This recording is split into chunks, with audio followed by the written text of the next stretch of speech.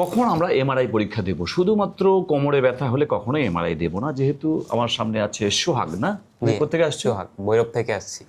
ওর 2 বছর ধরে কোমরে ব্যথা এবং ডান পায়ের দিকে ব্যথা যাচ্ছে। যদি এরকম হয় তাহলেই শুধুমাত্র এমআরআই পরীক্ষা দেব। তোমার তো এমআরআই করা নাই, না? জি, এমআরআই করা হয়নি। আর যদি শুধু কোমরে ব্যথা 2 বছর হতো তাহলে এমআরআই নাও লাগতে পারতো।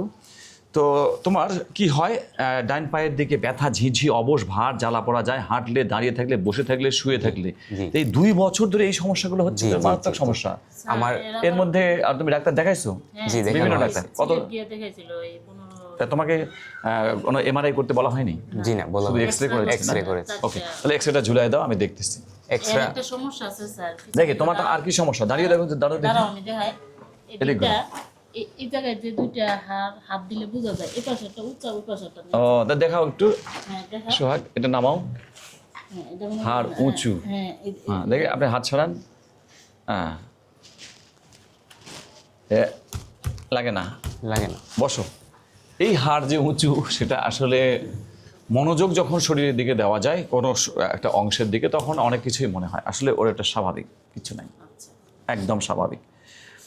তো ঠিক আছে, তাহলে তোমার আর কি এই তো সমস্যা? কতক্ষণ হাঁটলে তোমার? বললে 10 মিনিট হাঁটলে? আমার হাঁটলে ব্যথা করে, কাজ করলে ব্যথা করে, শুয়ে থাকলেও ব্যথা করে? একটু রেস্ট দিলে ব্যথা কমে, আবার ব্যথা শুরু হয়ে যায়, এরকম টাইপের। ওকে, তাহলে তোমার এই 2 বছর ধরে তুমি এই সমস্যায় ভুগছো? জি। ওকে, তাহলে আমরা এই ভিডিওতে যেটা শিখলাম যে 2 বছর ধরে ও ভুগছে কোমরে ব্যথা থেকে, ডাইন পায়ের দিকে ব্যথা। এটা আমাদের উচিত ছিল আরও আগে এমআরআই করে প্রপার চিকিৎসা দেওয়া। আমরা এখন ওর এমআরআই করতে পাঠাবো ইনশাল্লাহ।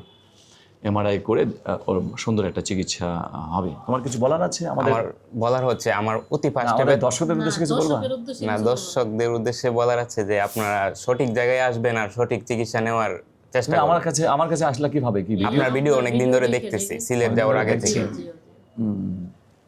আর তুমি কি যেন বলতেছিলা তোমার কি আমার বললে? কোমরে ব্যথা অতি ফাস্টে ছিল, কোমরে ব্যথা, তারপর থেকে পায়ে ব্যথা বেশি করে, কোমরে কম ব্যথা করে।